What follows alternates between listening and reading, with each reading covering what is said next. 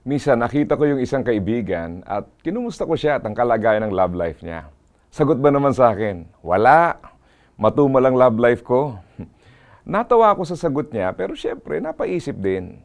Alam mo, marami tayong nabubuong tanong kung nananalangin tayo at parang hindi naman sinasagot.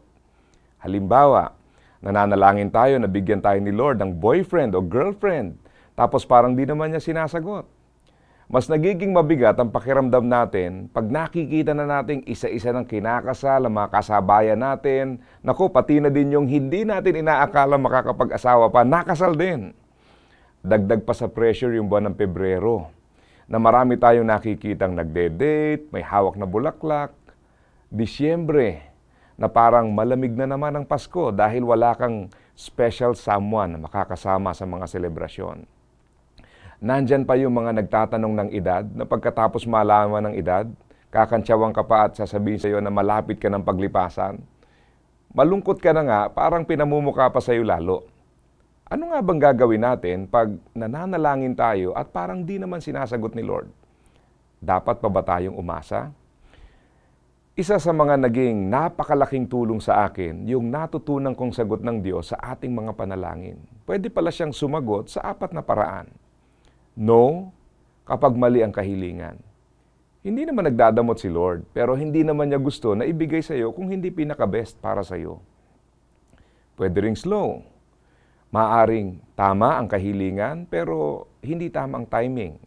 May mga bagay kasi na kahit para sa iyo, kung wala sa tamang panahon, hindi makakatulong. Pwedeng grow.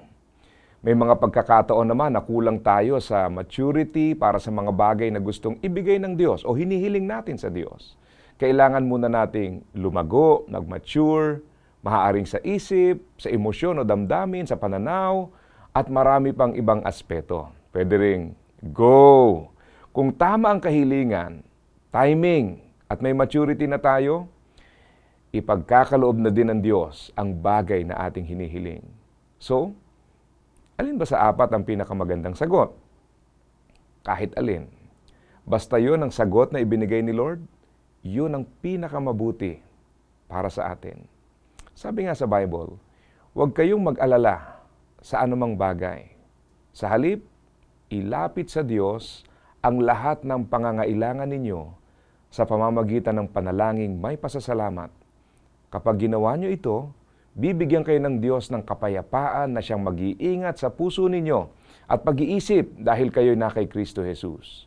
At ang kapayapaang ito ay hindi kayang unawain ng tao. Ang ibig sabihin ng kapayapaan dito, dahil naibigay mo na sa Diyos ang iyong mga kabigatan, mas alam niya ang gagawin at mas mainam ang kanyang sagot. Sabi nga, keep on praying, knowing that God's answers are always wiser than our prayers. Magtiwala tayo. Hindi man natin matanggap ang hinihiling natin, ibibigay naman niya sa atin ang pinakamainam. Kaya habang ikaw ay naghihintay sa sagot sa dalangin mo, huwag kang malungkot. Tiwala ka. Asa ka pa.